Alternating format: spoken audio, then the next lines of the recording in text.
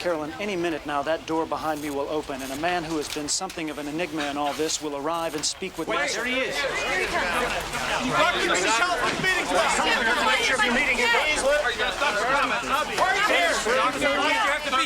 Any comment on the action over the pole? Actually, I do have a comment. The action of the Pentagon is frankly unforgivable. There is a force behind these asteroids that is clearly intelligent. The fact that they chose to land first in unpopulated areas demonstrates clearly that they meant us no harm. The radio signal was acting merely as a sort of transponder to help steer the second vehicle in. But if second vehicle is... Why come crashing down to Earth? Listen to me, people. The entire notion of a flying saucer is a fiction. It's a fiction. They took the form that they wanted to take. They came in the way that they chose to come. In peace at first. What are you saying, Doctor? What I'm saying is that we have made a preemptive strike, people. We have just declared war.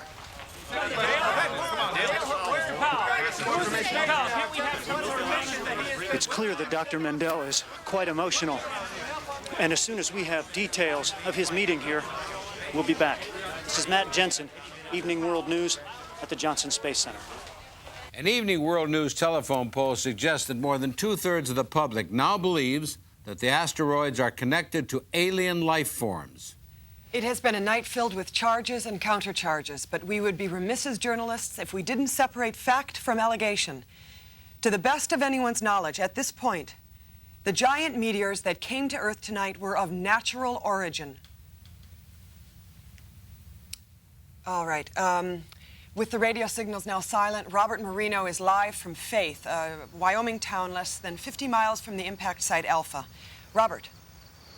I'm here in Faith, an old religious community dating back to the mid-19th century. The town is well outside the evacuation zone. There were no reported casualties or incidents after the nearby impact.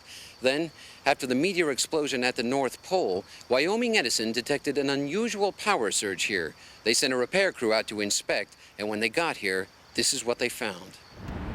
Sandy, the streets are deserted. Everybody has vanished. Men, women, children, cats, and dogs. I mean, cars are left in the middle of the streets, and except for the National Guardsmen, there isn't a soul here. The town is completely empty, frozen in time. The sidewalks are strewn with trick-or-treat bags, as if the children had simply dropped them as they left. I don't know what else to say. It's eerie. Air National Guard Sergeant Leroy Diggs told us he was a forward recon in Desert Storm, but that he never saw anything like this. It's like they got swallowed up. We did a full house-to-house, checked for radiation, toxic emissions. We got nothing. I'm telling you, there's no way to explain this. The rescue workers are even using motion detectors, set to pick up the smallest movement, but there's nothing. In a town where 3,000 people live, work, and go to school, everyone is simply gone. As soon as we have any word on what happened here, we'll be back. But for now, this is a ghost town. This is Robert Marino, Faith, Wyoming. A rather sad note from France. Paul Whitaker reports from outside the Colombier Burn Center in Nice, where it's now morning. It's 6:43 a.m. Greenwich time here, Sandy, and doctors have just sent word that Jean-Paul Chenard, the French skier they plucked off the mountain, has died. He regained consciousness briefly before succumbing to injuries sustained when the asteroid hit, and doctors were able to get a recording of his last words here. Fearing that it would be exploited by the tabloid press, his widow Sylvie has requested that it be released to the networks. Jean-Paul.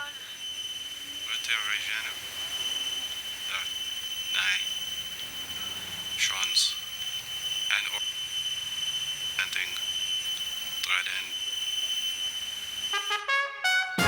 Evening World News continuing coverage will resume in a moment.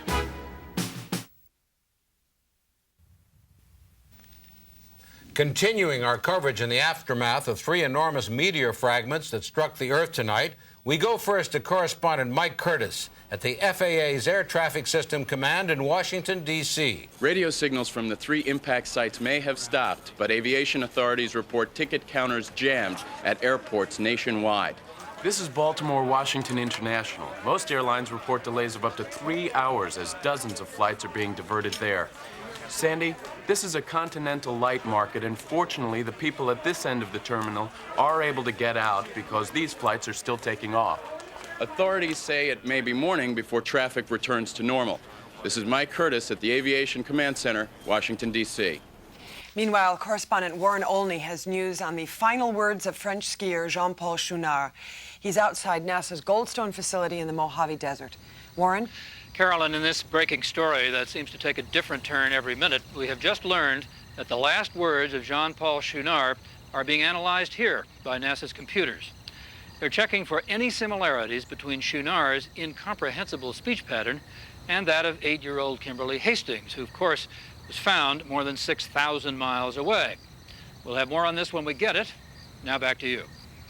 We have an update now on little Kimberly Hastings, the 8-year-old girl found wandering near impact site Alpha. Bree Walker is at Mercy Medical Center in Casper, Wyoming. Bree? Finally, some good news to report as little Kimberly's condition is upgraded from critical to stable. Doctors are still not able to get through to her verbally, so there's no way to know what, if anything, she remembers from the asteroid crash. As to how she got to the impact site, when Donna Hastings, her mother, arrived at the hospital just moments ago, she was mobbed by media wanting to know the answer to that question. How did Kimberly get to Wyoming? Daddy, I got a court order to keep him away, but he didn't care about it. Come on, fellas, give us a break, okay? Tell us more. 3 days ago, he went off to daycare and he just up and he took her from me. But why so far from home? Come on, we're in here. He said that he was going to go to Canada. Kimberly, you go more questions, please. So you're the lady from the network, right? You're the one who found Kimber? What's your name? What's your name? So much. She's so crispy to see you. Donna. She's gonna be okay. Donna. Let's go. A couple more questions, please, miss. Thank you so much. Sandy, Dr. Robert Perlman, the astronomer we interviewed earlier, has done a computer analysis of the first 3 impact sites. He's joining us now live from his lab at the American Observatory in Kitt Peak, Arizona. Dr. Perlman, can you hear me? Yes, thanks. This is a 3D model of 6645 Venturi as it came to Earth. It breaks up at a point some 6,500 miles above 90 degrees north latitude, which is the true North Pole. You can see the 3 fragments falling to their impact sites designated Alpha, Bravo, and Charlie. As I connect the trajectories, you will see what looks like a diamond-shaped pyramid with its apex above the pole. The angles on impact are exactly 45 degrees. Forgive me, Dr. Perlman, but that looks remarkably like the line drawing you showed us earlier. What's so new about this model? Well, it will become relevant when I show you this. Now, this is an exact reproduction of a pixelated message that was sent out in 1973 on Pioneer 11. Here you will see symbols for man, the solar system, the DNA double helix, which is the basic molecule of life, and a figure representing the Pioneer spacecraft itself. You will note the upside-down pyramid. Now watch. It's unmistakable. The asteroid fragments represented a symbol. They were using the descent vectors to send us a message. That's an intriguing theory, Dr. Perlman, but I'm sure you'll agree it's subject to debate. Of course.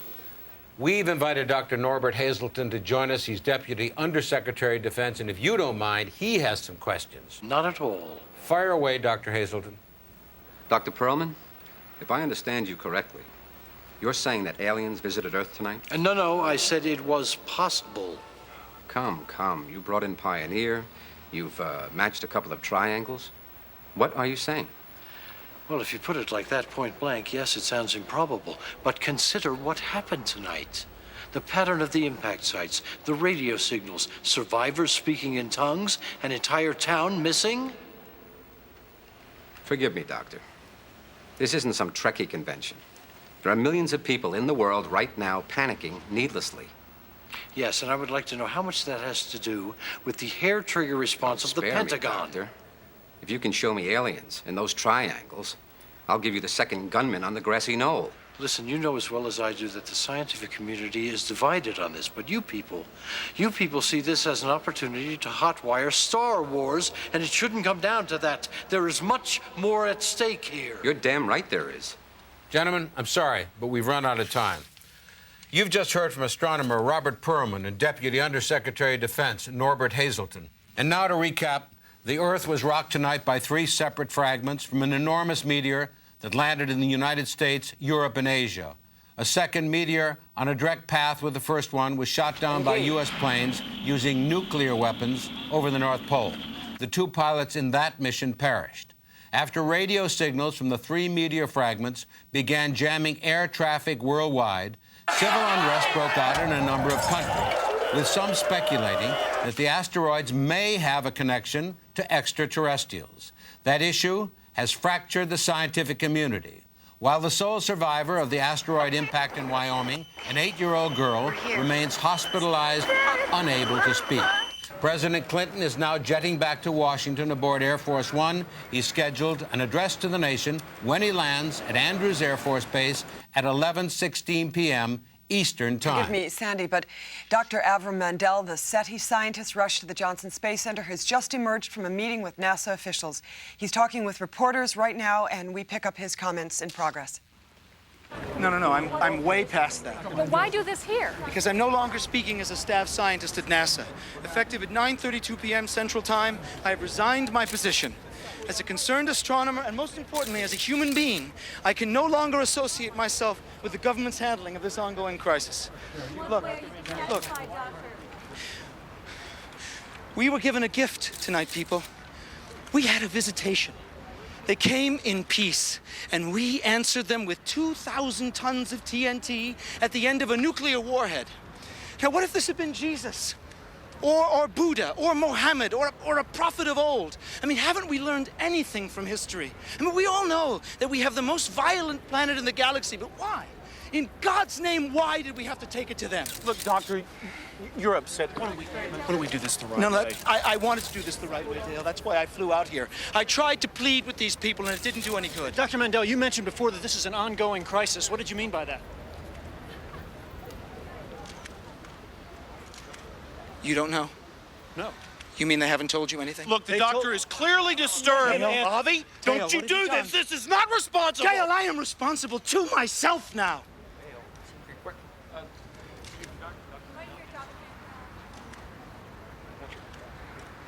I'm so sorry.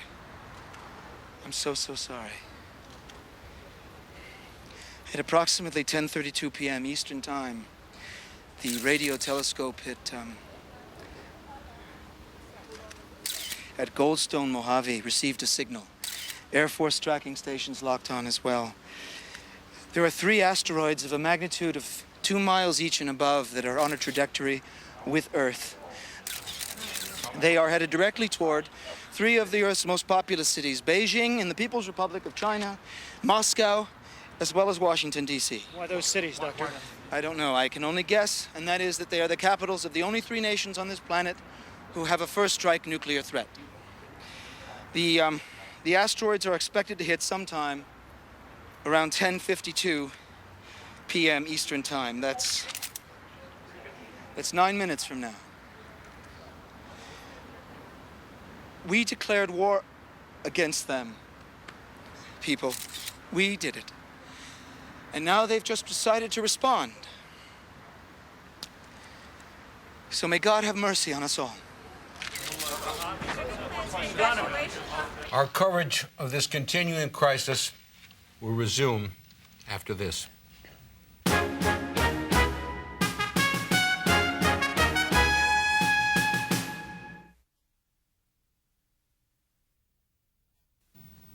From now on, we'll stay on the air continuously until this crisis is over. As we count down now to the moment of impact, the mayors of the nation's 10 largest cities have all imposed curfews. Looting is widespread amid fears of food shortages as the crisis deepens. Meanwhile, the radio signals at all 3 impact sites have resumed. This time they're affecting not only commercial air traffic, but radio and TV signals across the globe. In many countries, telephone service is out. The reaction in this country has been panic. Hopefully everything's going to be okay, but I just don't know what I'm going to do when it happens. Well, as of right now, I'm not really frightened because, I mean, I haven't seen them, and, I mean, they haven't really come after me, but if they start coming after me, yeah, I'm gonna be scared. I gotta get out of here. My family's waiting for me. 你去邊度嚟㗎？你快啲啊！ I'm not a religious person,